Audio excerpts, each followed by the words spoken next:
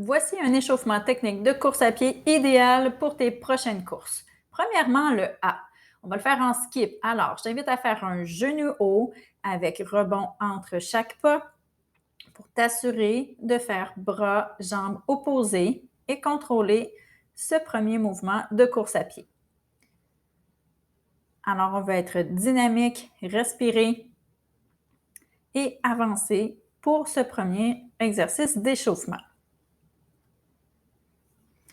On va pouvoir les appeler soit des gammes ou des drills aussi. Alors, je t'invite à le pratiquer sur une distance entre 10 et 20 mètres pour pouvoir le faire correctement et pouvoir progresser au cours de tes prochaines sorties de course. Maintenant, le A-Run. C'est le même mouvement de genou, mais intégré à la course à chacun de tes pas.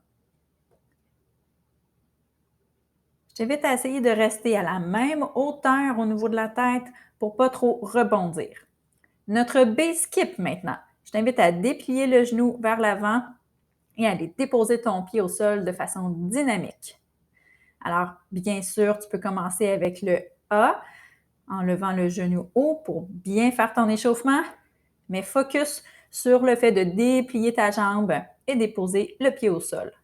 Comme si on voulait aller fouetter l'asphalte avec ton pied. Je te montre de côté à quoi ça ressemble.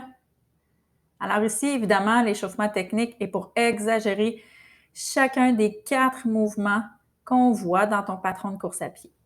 Ici, on essaye avec le B-Run. Donc, à la course, on déplie le genou et on dépose le pied de façon dynamique au sol.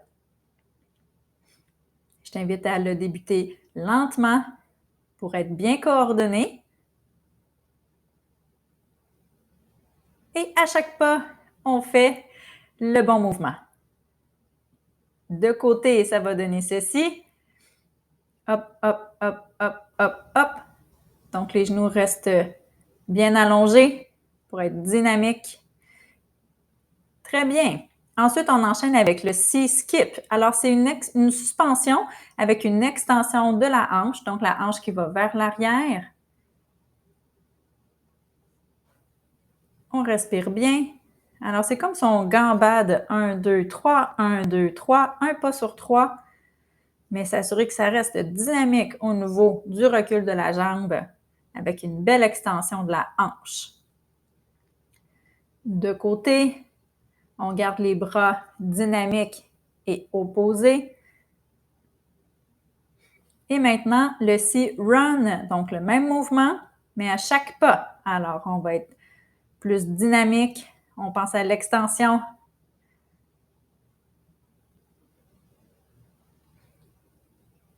Alors, on pourrait faire chacun des exercices seulement une fois. On n'est pas obligé de les enchaîner 4, 8, 12 fois. C'est vraiment selon le temps qu'on a de disponible. Ici, de côté, le C-Run encore une fois. Et notre dernier, le D-skip, est la flexion du genou de la jambe arrière, comme un talon-fesse. Alors, le skip est un pas sur 3 toujours, donc 1, 2, 3, 1, 2, 3. On accentue sur le troisième pas le talon vers la fesse. Les 2 autres pas sont plus bas pour ne pas venir se mêler dans l'exercice. Alors, c'est notre dernier mouvement qu'on retrouve lorsqu'on fait de la course à pied. Alors, c'est un mouvement qui n'est pas à négliger non plus pour s'assurer d'avoir l'arrière de la cuisse bien entraîné. Et le D-Run, même mouvement, mais à chaque pas de course. Alors, on va faire des talons-fesses. On va aller moins vite lorsqu'on va le faire pour vraiment prendre accent, faire un accent sur ce talon-fesse-là. Alors, revoici les 4 étapes d'un bon patron de course à pied à travers l'échauffement technique abécédaire. Et si tu veux encore plus de vidéos sur une course à pied bien faite, des entraînements pré-postnatal bien encadrés, n'hésite pas à t'abonner à ma chaîne YouTube de Maman Active et peut-être qu'on se reverra également sur ma plateforme d'entraînement pour bien t'entraîner au cours des prochaines semaines. Bye bye!